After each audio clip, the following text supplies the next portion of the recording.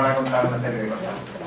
Son las dos ponencias de ellos, las van a ir dando un poquito a la limón, ¿no? Sí, los de los dos, un poquito, y lo que queremos un poco presentar es lo que dos proyectos que llevamos de escritorio o de aplicaciones en la nube, enfocados de dos maneras distintas. Uno de ellos va a ser un escritorio completo con todas las aplicaciones instaladas en ese escritorio, y otro que son aplicaciones que tú puedes ejecutar desde un navegador directamente y se ejecuta en un servidor que no se sabe aguantar. Digamos que las dos presentaciones tienen una parte común, que la haremos más o menos entre los dos, de introducción. Yo me encargaré de la parte más de escritorio virtual y Rafa se encargará de la parte de VDI, Rafa de la parte de EVA-OS, que es otra aproximación. Entonces, supongo que ya empezamos, ¿no? Falta bien, Falta que levante la mano. Bueno, esperemos. Por situar un poco la cosa, también vamos a ver, antes de entrar ya directamente en detalle de cuáles son las aproximaciones, un poco de historia, cuál es la problemática y por qué nos lleva a implementar estas soluciones, ¿no? El ordenador personal, sobre todo al principio de los años 80 fue el boom de tener ordenadores pequeños, y cada vez nos vamos encontrando con escritorios más bonitos, con una interfaz más amigable. Vamos hacia la, digamos, descentralización del cálculo, ¿no? Cada persona casi podía tener su máquina personal con una potencia grande, y se alejaba de ese primer paradigma de tener un servidor central. Incluso, por ejemplo, yo me acuerdo cuando empezamos, ¿te acuerdas? Que teníamos un servidor centralizado que tenía todas las cuentas de alumnos, profesores, PAS, estaban en el Galileo. 64 megas creo que tenía. Sí. Y era un armario así, casi como yo de alto, medía un 80 más o menos, un servidor de IBM, que con ICE, y eso era el principio. Y bueno, nosotros empezamos en el 91. En el 91. Entonces, bueno, se sabe que siempre vamos con un poquito más de retraso con respecto a otros países, pero bueno, era ese primer paradigma, digamos. Empezábamos con el servidor central, y luego ya con los PCs, ya que sí existían los PCs de trabajo para los laboratorios de los alumnos, unas salas con PC que había que mantener, pero esencialmente los PC se utilizaban para un trabajo más local, pero todos tenían su cuenta en el servidor principal donde guardaban sus datos. Y cada vez nos movemos más, cada vez más móvil, portátiles, tablets, teléfonos inteligentes, llega, me conecto a internet desde aquí, ¿no? Cada vez nos encontramos con el problema uno de los problemas que encontró Miguel, que es el BYOD, ¿no? El Bring Your Own Device. Tienes tu propio dispositivo, pero ¿cómo accedes a los servicios que te ofrece, en nuestro caso, la universidad, desde tu propio dispositivo, no desde el PC del aula? Entonces, seguimos encontrando con el problema. Y entonces, ¿qué pasa con estos servicios? ¿Qué pasa con esas aplicaciones que tienen que ejecutar los alumnos para hacer sus prácticas, si no están aquí? O sí están aquí, pero no están en el aula, y lo quieren ejecutar desde su portátil, o desde su tablet, o desde su teléfono. Y también, como decía Miguel, ¿no? Lo de llegar a una universidad 365, o sea, que esté funcionando los 365 días, 24 horas. Yo solo le corregiría una cosa a Miguel. Yo cambiaría la palabra cliente por usuario.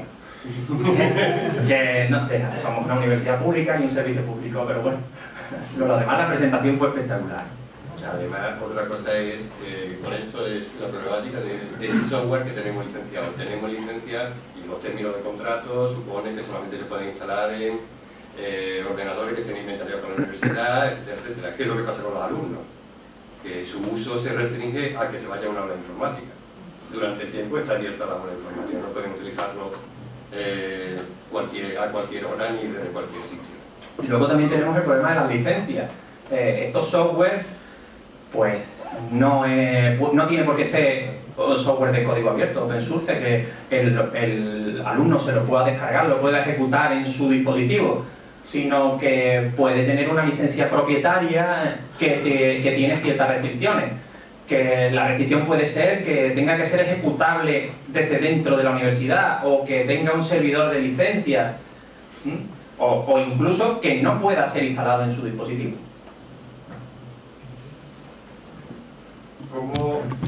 ¿Cómo se puede solucionar teniendo esa problemática? Además, incluso nos estamos encontrando con otro tipo de problema, que es, al haber gran cantidad de dispositivos, o de estar todo muy descentralizado, existe un problema añadido, que es la gestión de esos equipos.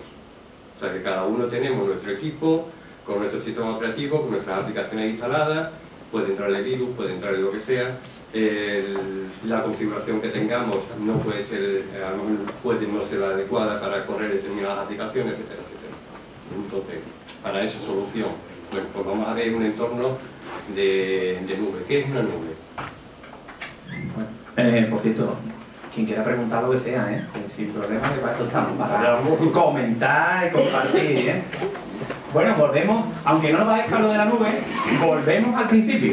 Volvemos a que la aplicación que nosotros queremos ejecutar, la vemos en nuestro dispositivo, la podemos ver en nuestro dispositivo, la podemos ver en el PC del aula o en cualquier sitio, pero se ejecuta en el centro de datos. Volvemos, digamos, la nube es una forma de volver al paradigma del servidor central.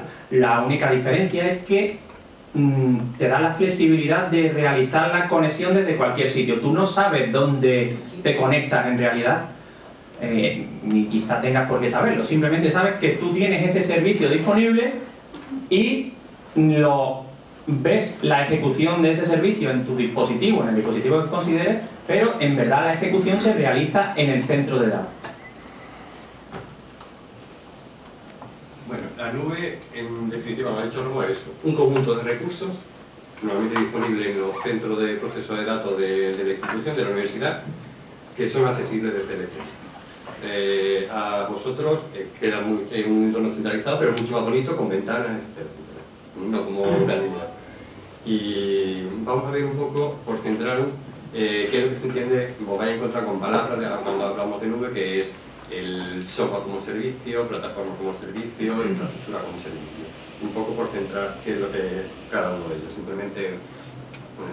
Bueno, vuelve otra vez al todo. Si veis, en lo que representa la parte central sería el servicio que te ofrece, en nuestro caso que ofreceríamos nosotros a los usuarios, y los usuarios, si veis, tienen una variedad de conexión diferente y tenemos que ofrecer la posibilidad de la conexión desde cualquiera de esos dispositivos, tanto grandes como podría ser incluso un servidor, ¿no? Podrían acceder de un servidor, desde un PC o desde los dispositivos móviles.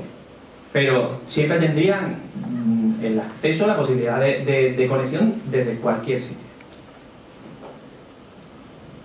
Y ahora tenemos las siglas estas en inglés, las SaaS, ¿no? SaaS, que es software como servicio. Lo que se entiende, por ejemplo, como servicio es que yo voy a ejecutar simplemente una aplicación que me ofrece en la institución. Por ejemplo, uno de los casos típicos ahora mismo que está de moda es el Office 365, el Google Drive, cualquiera. O sea, lo que voy a ejecutar es un paquete ofimático en la red. ¿Dónde tienes tú? Te conectas hace tiempo, ¿no? Te conectas a los documentos de Google, al Google Drive, que tiene para desarrollar una interfaz sencilla, digamos, de herramienta ofimática. ¿Pero eso dónde está? Bueno, pues eso lo tienen ellos en su centro de datos, aunque tú tienes acceso desde cualquier sitio. Pues lo mismo, lo que pretendemos es una de las partes que se pretende ofrecer, ejecutar un determinado software como servicio. Y tú lo que haces es que consumes ese servicio, aunque no lo tienes instalado en tu dispositivo. Lo que te ofrecen es un conjunto de recursos, como por ejemplo puede ser un servidor web, herramientas de desarrollo para base de datos, para que se realice una programación a medida, etcétera, etcétera. No vamos a extendernos mucho de ello. Y otro tipo es la infraestructura como servicio.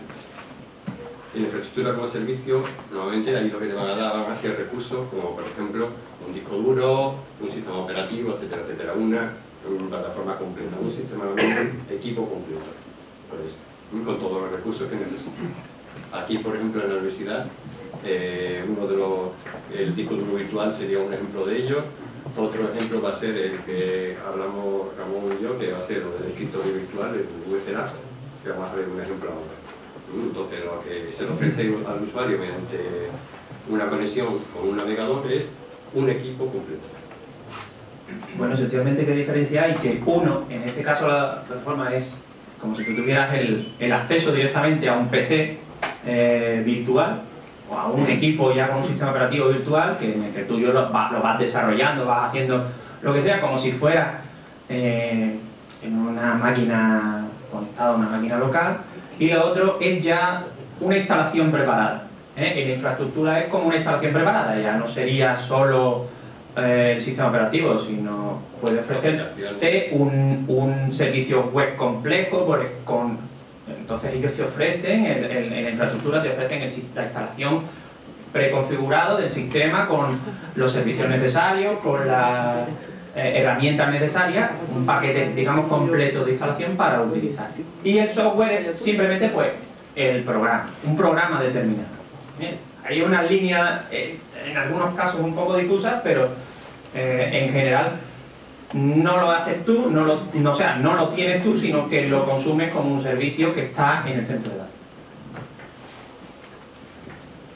Bueno, para estos proyectos de escritorios virtuales de nube, lo que se hizo fue un estudio aquí en principio en la Escuela de Informática, y se dieron varias posibilidades de uso y de ofrecer el servicio, ¿no? Uno de ellos es el que viene aquí, este es los laboratorios TIC normales y corrientes, en los que tenemos varios equipos y un servidor centralizado que se encarga de gestionar las imágenes de los equipos y descarga de programas. Sería, digamos, la primera parte en el que el acceso normalmente va a ser desde las salas laboratorios de informática, aunque también viene ahí desde casa, y ofrecer una primera fase con una plataforma, digamos, pero muy local. Muy local.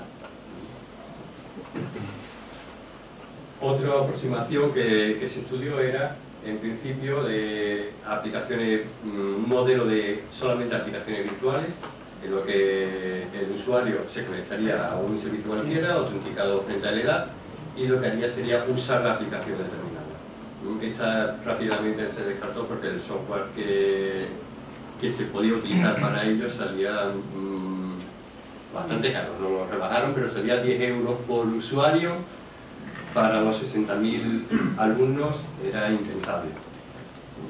Seguramente conoceréis lo que le llaman las aplicaciones portables, las aplicaciones que tú las preparas para, que también se llaman aplicaciones virtuales, ¿no?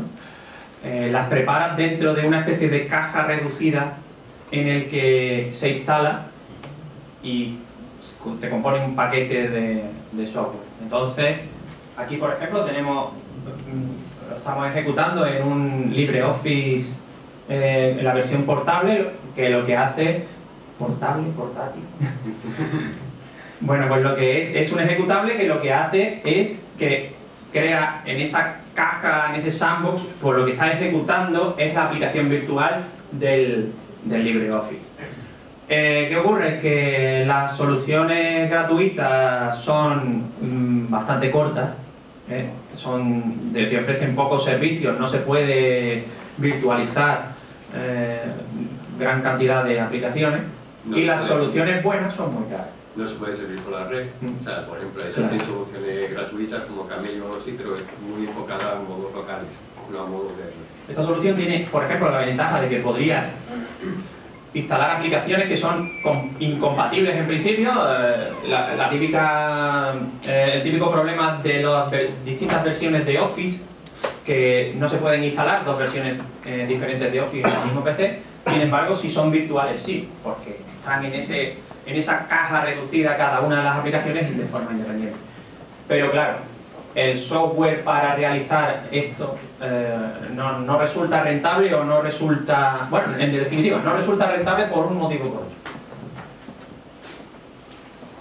Entonces, otra solución posible de generar un sistema de escritorio virtualizado, ya sean de tipo Windows o de tipo Linux, que sea accesible mediante la conectividad desde cualquier dispositivo, desde cualquier aula, casa, portátil, lo que sea. Ya no nos conectamos como en la primera, como en el punto de partida, no nos conectamos al servidor, sino que hay una infraestructura general que genera máquinas virtuales, que genera sistemas completos de forma virtual, que da la flexibilidad que te permite disponer de más máquinas virtuales que servidores reales hay. Te permite también la posibilidad de aumentar y reducir ese número de máquinas virtuales que se están ejecutando según la demanda que necesite, y te permitiría en este caso con un intermediario, con un broker que se conecta al servicio de autentificación, pues la conexión al escritorio virtual desde cualquier sitio. Y un poquito más rizando rizo. También se puede jugar un poquito y empezar a componer el puzzle, ¿no? Se puede definir ese conjunto de máquinas virtuales completas y, por ejemplo, con ese tipo de aplicaciones gratuitas, aunque sea más corta, de virtualización de aplicaciones, incrustarle dentro de esas máquinas virtuales completas aplicaciones virtualizadas, con el objeto, por ejemplo, como decía Ramón antes, de poder correr dos Office distintos a la vez, etcétera, etcétera. Igual que antes, lo único que necesitaríamos es algo intermedio, ese broker, que nos ponga en contacto con la infraestructura que hay detrás, y autenticando frente a la edad, por lo que sea.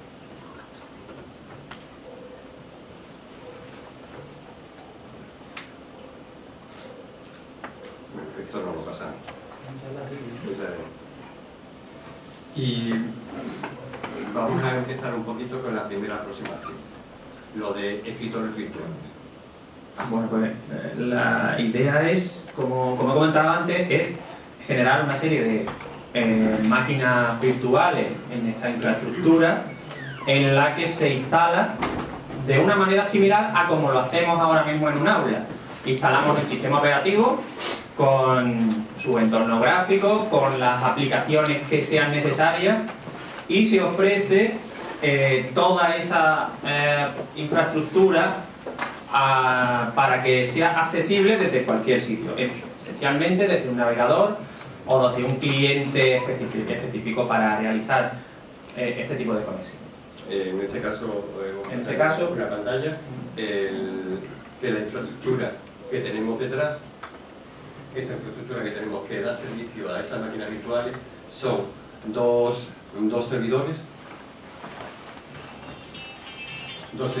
con 12 procesadores y 96 GB de memoria cada uno, y aproximadamente son 6 teras en disco.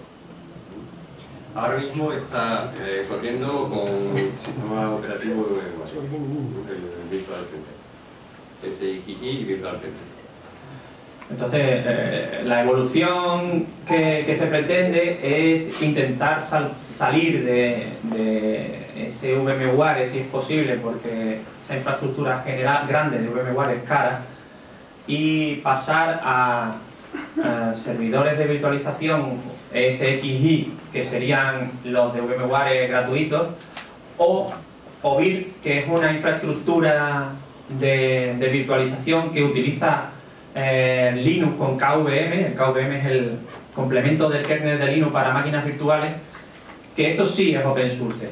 Entonces, nosotros aquí en informática sí tenemos ya servidores que tienen KVM para ofrecer servicios virtuales, pero lo que hace falta es que el broker, que es ese intermediario entre el navegador, el sistema de autentificación y el sistema de máquinas virtuales, el que realiza toda esa conexión, pues soporte el acceso a las máquinas virtuales con OBIT, y parece que está ya casi. Una de las ventajas que hemos visto en el broker que estamos utilizando es que es open source, con lo cual, por ejemplo, si ya la versión nueva si ya trae soporte para el OBIT, tiene bastante más ventaja. Ya la versión nueva me parece que dentro de 2 meses va a ir sobre HTML5, con lo cual, por ejemplo, nos vamos a quitar todo el problema, la problemática a lo mejor de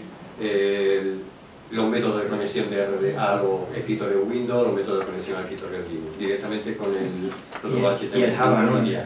El plugin de Java. Java lo vamos a seguir manteniendo. Sí, vale. Que el plugin de Java, sabéis que hay ciertos problemas de seguridad, pero...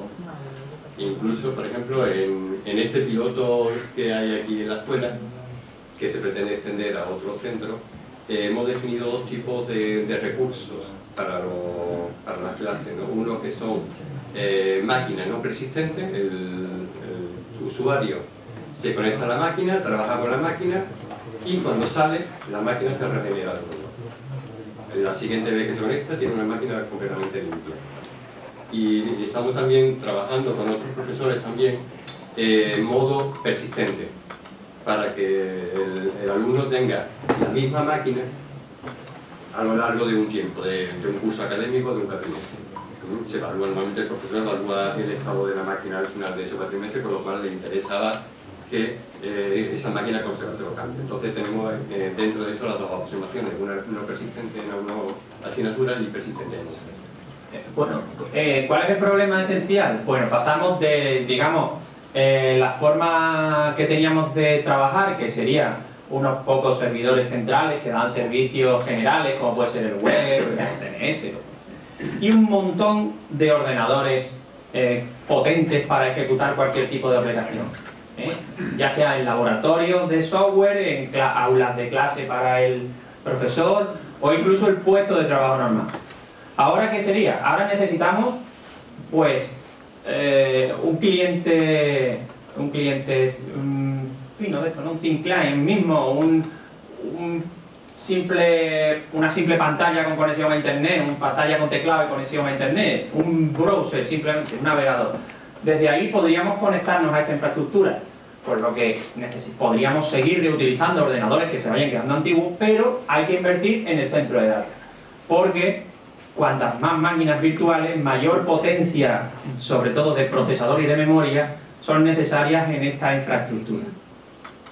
Entonces, ofrecer máquinas virtuales para todos los alumnos supondría una inversión grande. Entonces, hay que valorar, dependiendo de la infraestructura central que se tiene, pues cuánto se puede ofrecer, cuántas máquinas se pueden ofrecer, si se tienen que ofrecer a momentos puntuales para clases puntuales o para utilizarlo, digamos, 24/7, pero un número limitado de máquinas virtuales, ofrecer la posibilidad de las máquinas persistentes y no persistentes dependiendo del perfil del usuario.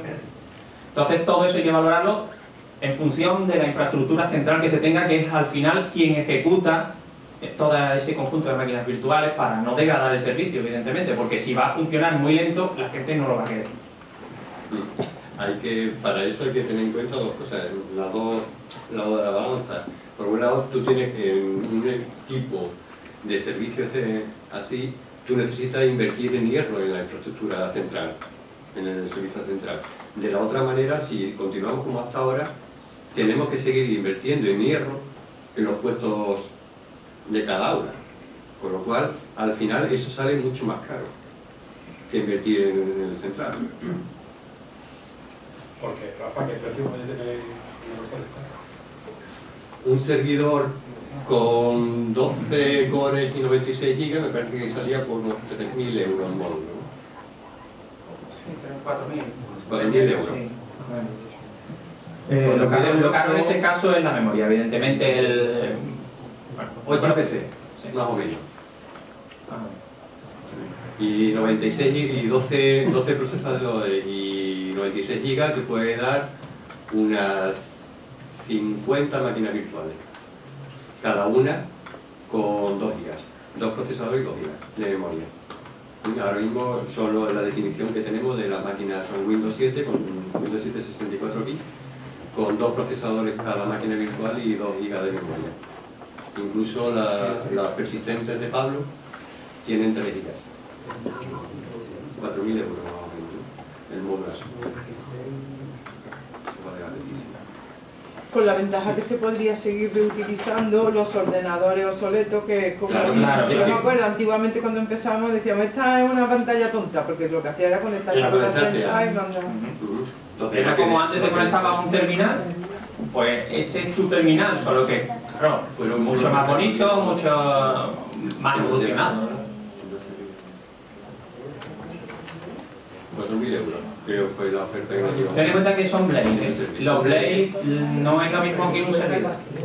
No, el activo está comprado. O sea, cada módulo, cada Blade, los 4.000. Y algo de disco. O puede ser una tarjeta solo de disco, también. Entonces, el plano posterior contiene la comunicación, la parte de comunicación, que evidentemente va a ser más rápida que una comunicación por red, entre los distintos módulos del Blade. Entonces, es un ordenador que es una tarjetita. En el que tenemos nosotros aquí en informática, porque en la infraestructura que comenta Rafa es del SIG, nosotros lo que tenemos son un chasis Dell en el que los Blade son con doble procesador de 4 o de 6 núcleos y 48 GB o 96 GB de memoria y 2 discos pequeños, porque evidentemente el almacenamiento, que es importante también a cierto punto, el almacenamiento de las máquinas virtuales, lo que aumenta es el disco duro, porque estás instalando un sistema operativo. Entonces, para cada máquina puedes necesitar varios gigas. Eso es otra parte que hay que contabilizar, ¿no? La cantidad de almacenamiento necesario.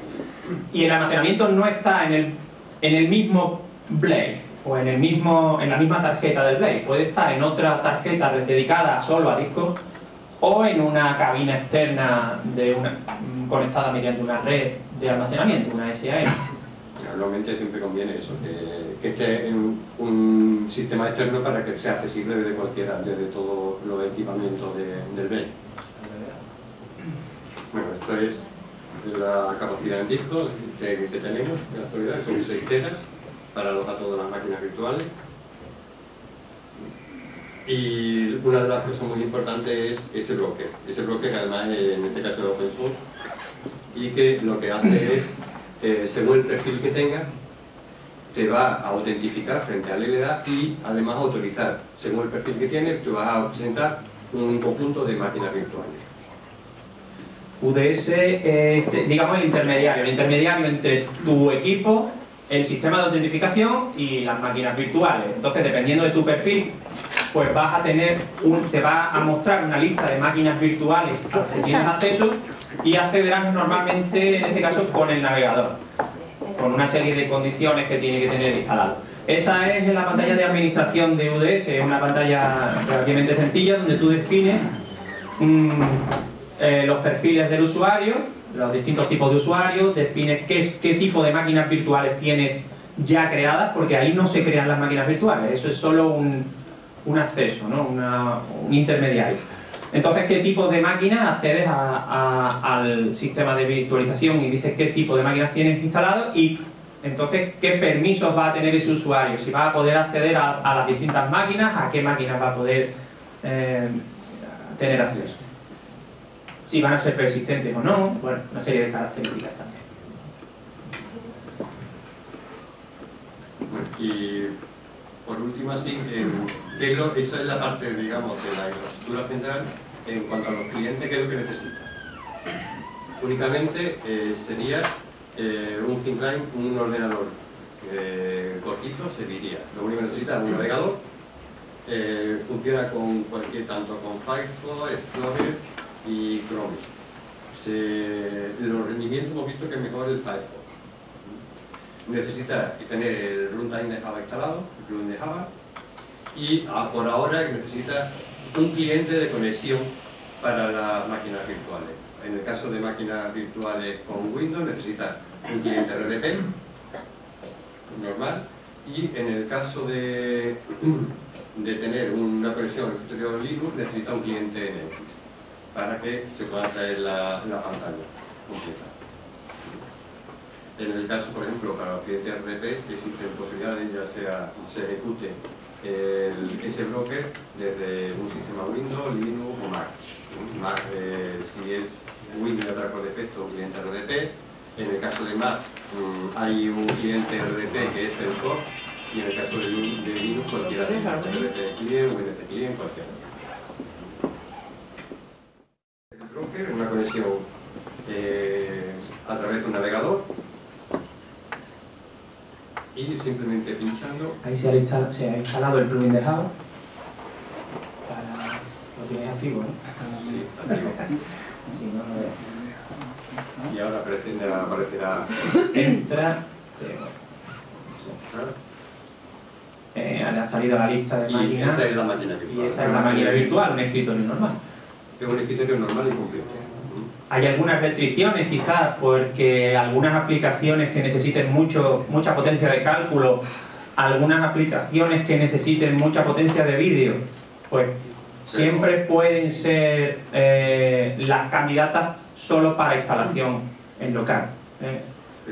Pero en general todo lo hemos probado y va bastante bien, ¿verdad? Sí, el arranque del Chrome, por ejemplo, ha sido muy rápido. Vamos, prácticamente es como si tuviese un ordenador local bastante potente. ¿Programas como Photoshop o programas de tipo de ese nivel también? Vídeo sobre todo. Fundamentalmente aplicaciones que requieran tarjeta gráfica. Aspecto de tarjeta gráfica. Eso es lo que por ahora las aplicaciones virtuales o mucha resolución de vídeo o vídeo 3 o modelado 3D o reproducción de vídeo. Esas sean las más complicadas. Bueno, esa es una de las aproximaciones, que es el escritorio completo. La otra aproximación es, voy a ir rápido, es lo que se llama EVAOS. No es lo mismo el escritorio virtual avanzado que también tenemos que buscarle otro nombre para que se distinga bien. En este caso, mientras que el proyecto de informática lo que presentamos es un escritorio completo, aquí lo que presentamos es una aplicación cualquiera. Esa es la arquitectura del sistema, en lo que yo puedo tener uno o varios servidores, tanto Windows como Linux, para las aplicaciones que corran bajo sistema operativo Windows o bajo sistema operativo Linux, detrás, y una capa de presentación que va a ser a través de un navegador. En esa capa de presentación, allí vas a tener como una especie de escritorio en el que va a tener tanto las aplicaciones Windows como Linux. Tú no sabes dónde corren. Tú lo vas a tener, puede ser en un servidor de un tipo o de otro tipo. O puede tener varios servidores Linux para que distribuyan la carga. Aunque el navegador te va a presentar como una especie de escritorio, no deja de ser un software como servicio, porque tú lo que ves es la aplicación en sí. Te presenta una lista de aplicaciones disponibles, ya sea en Linux o en Windows, compartidas en el mismo especie de escritorio que se accede a través del navegador, pero se ejecuta cada una en el servidor correspondiente.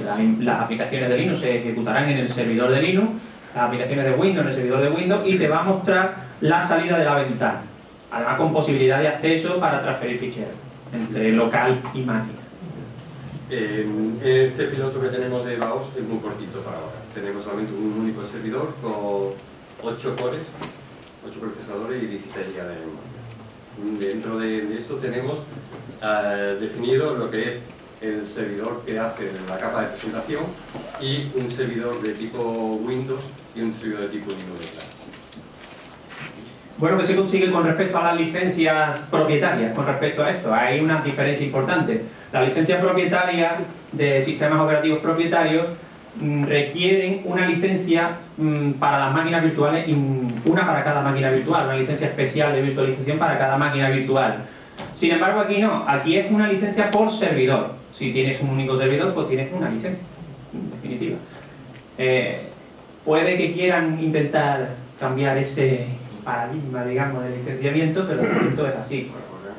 Por ahora, digamos que esta aproximación ahorra en licencia en aquellos sistemas propietarios con ventanitas de colores. Y además no incumplimos los contratos porque los Me parezco al vendido sin nombrar Betty, ¿eh? Bueno, eso es un ejemplo de legado. Aquí lo que hace es, dentro del navegador te presenta un directorio con las aplicaciones que tiene definida para su uso. Aquí hay aplicaciones que SPSS o MATLAB que correrían en un servidor Windows y otras aplicaciones como el Adobe Reader, el R-Commander. Jaleco, bonito, tío, no, pingüinito. Eso para que se lea pingüinito que correrían en un servidor de Windows. Pero Rafa, yo ya me he perdido. ¿Estos son aplicaciones dentro de un escritorio virtual? No, este escritorio no deja de ser una página, una especie como de página web que te presenta, ¿no? Entonces el programa compone con las aplicaciones que él sabe que puede ejecutar los servidores, compone ese escritorio. No es un escritorio real, no es una máquina completa, es un escritorio compuesto por el programa. O sea, esto es una presentación simplemente. Se la presenta en modo Y escritorio. los archivos y tal, los bajo a local. Los archivos normalmente están mapeados, los archivos locales, el pendrive y demás están mapeados allí para que tú puedas, cuando lo salves, lo puedas salvar a modo local. Ahora mismo, por ejemplo, no tenemos definido el espacio de almacenamiento aquí para guardar archivos. Se puede también hacer, definir si la considero que los usuarios van a utilizar, digamos, almacenamiento permanente, se le puede definir un almacenamiento para ello. Ese quizás sea un problema que hay que salvar bien con la infraestructura de la virtualización en el escritorio virtual. El escritorio virtual te debería permitir el mapeo de los discos locales. Y hay soluciones que sí lo hacen y hay otras soluciones que están por probar. Y claro que ahora mismo el sistema consiste de arranque es prácticamente como un ordenador de una aula cualquiera. Lo único que aquí, el problema de rendimiento puede ser el número de personas que vayan a acceder a ejecutar ese manual. Ya lo hemos probado, ¿verdad? ¿Y qué tal? Necesita recursos. Ahora mismo con lo que tenemos, que son 8 cores y 16 GB de memoria, va cortito. Habría que Cada minifal. Qué machista. ampliar el sitio central. Bueno, esas son las dos aproximaciones. Uno con un escritorio completo y otro simplemente que es la aplicación. Objetivo, ya está funcionando, el de VDI completo está funcionando, los alumnos ya están trabajando tanto desde aquí como desde casa y vamos, parece la opinión es que están bastante contentos. De momento se mantiene un número de máquinas ya predefinidas por el profesor, por los profesores que están involucrados en este piloto. Entonces, como nos han dicho, necesitamos tenemos una especie de trabajo similar al que estamos haciendo en aulas de informática, ¿no? En laboratorios de software. Los profesores o nos piden el software que lo instalemos nosotros, o existe la posibilidad, que es lo que hemos hecho ahora, de le ofrecemos una máquina preinstalada con básica, con el sistema operativo con lo que consideramos que es necesario, antivirus, navegador, acceso SSH, y el profesor evoluciona esa máquina persistente hasta que la considera que ya está lista. Nosotros hacemos una última revisión de actualizaciones, de comprobación y eso, y a partir de ahí lo que se hace es crear clones, crear máquinas clones para, a partir de esa máquina base, crear clones para que serán las que serán ejecutadas por los usuarios. El profesor nos dice, tengo un máximo de tantas máquinas virtuales para el número 20 o 30, 50 usuarios o 50 usuarios y se le prepara ya las 50 máquinas de manera automática. No están arrancadas las 50 máquinas a la vez, sino que se tiene un número predefinido de máquinas arrancadas y un número, digamos, de reserva de máquinas como en hibernación, parecido a un sistema, a una parada en hibernación, y a medida que se vayan consumiendo esas máquinas, pues se van liberando las máquinas que están en espera y también lanzando las máquinas paradas al estado de espera. Con lo que el usuario no considera que tarda mucho en obtener una máquina virtual. Bueno, yo creo que ya. ¿Comentarios? ¿Preguntas?